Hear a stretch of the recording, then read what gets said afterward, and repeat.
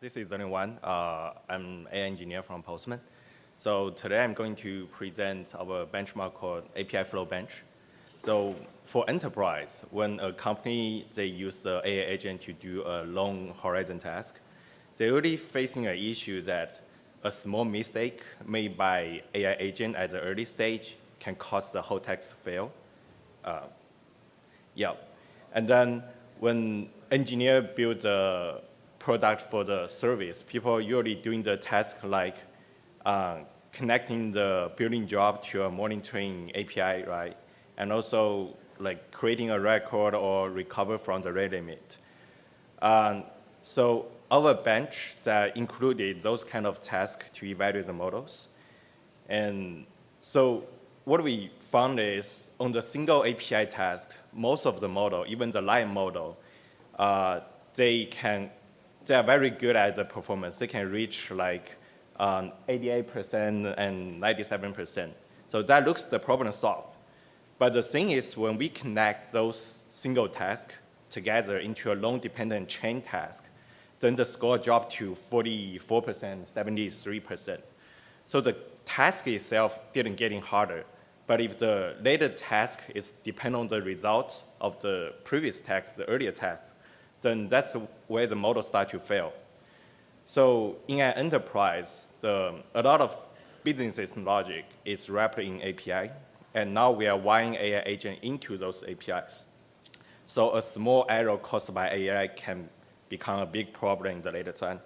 And nowadays, the real problem is not can the model answering question. That's a chatbot. You guys all know it. And the real problem is can the AI agent stay correct across a long horizon of dependent chain tasks. So that's the difference between answering and executing. So we, let's go to next one. Okay. Okay, here is, so one or two failure mode is not enough. We want a minimum set that covers the real API works. So in our benchmark, we break the API works into 7 failure modes: authentication, discovery, schema repair, multi-step execution, error recovery, pagination, the statelessness. And we grade each of them separately because they're failing for different reasons.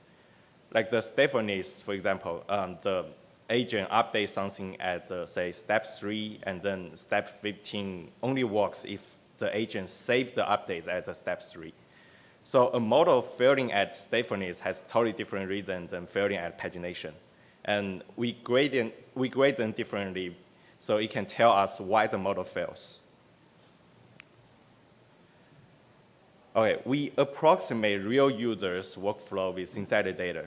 And we build a simulated enterprise API ecosystem, and that mimics the real company's API. And then we generate a task on top of it. So here is our task generation pipeline.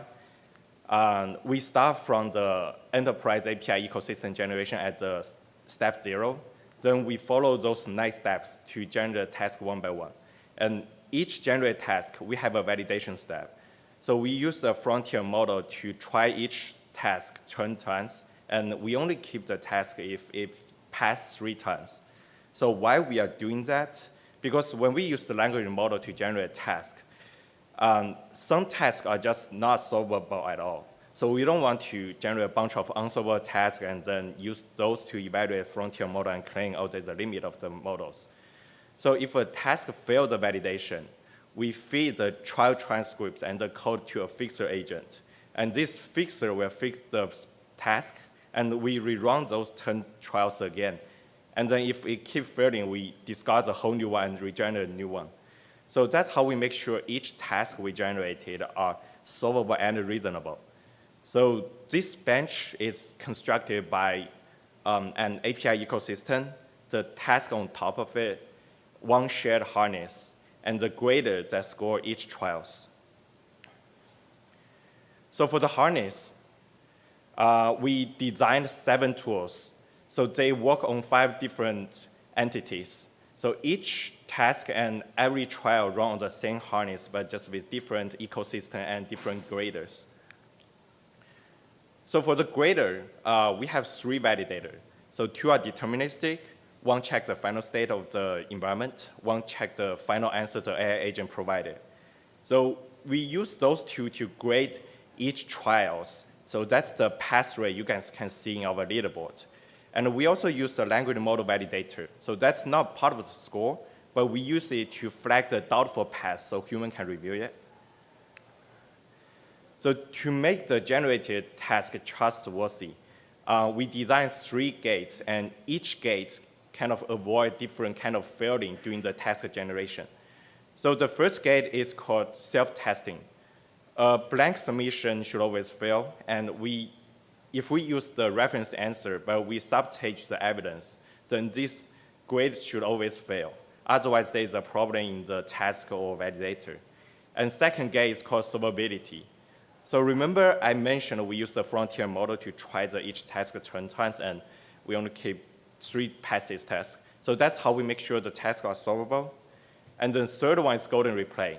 So when we build a chain task, we put all the reference answer from each subtask together and then append them into this chain task and issue all pass.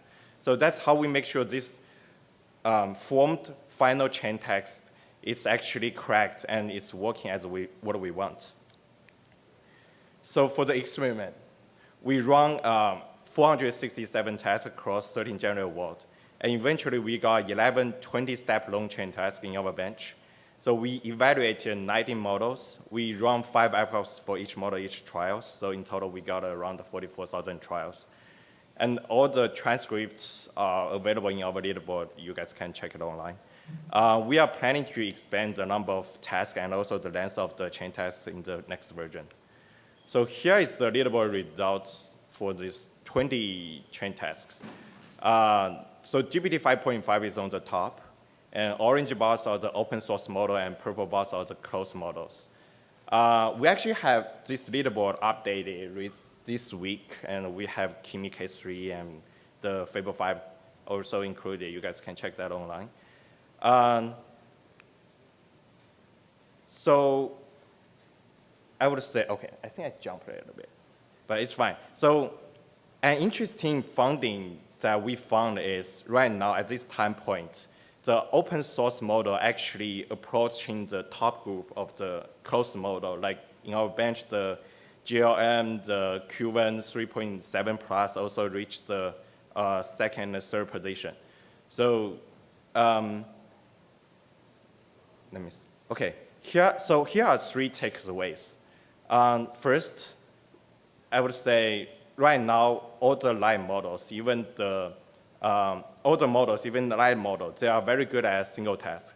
So they all got high pass rates in our solo task in our leaderboard. So we cannot reveal the gap between them, and that's why we create this chain test to test their limit. So we saw the case a lot. It happens a lot that a model made a small tiny mistake at the early stage, and then that tiny mistake becomes a broken report at the later task. So second, when you guys generate synthetic tasks, always use the hard gate to make sure the tasks you generated are trustworthy.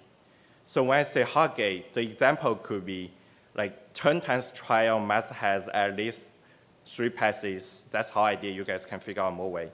And also use the golden replay to make sure your reference answer is actually working. And the third one is both the deterministic validator and the language model validator are needed. So when you create a validator or grader, be sure to use human in the loop to keep polishing your generator, because a wrong validator cannot reveal the true performance of the models. Okay, here, that's all for this present. So the blog and leaderboard are all available at blog.postman.com.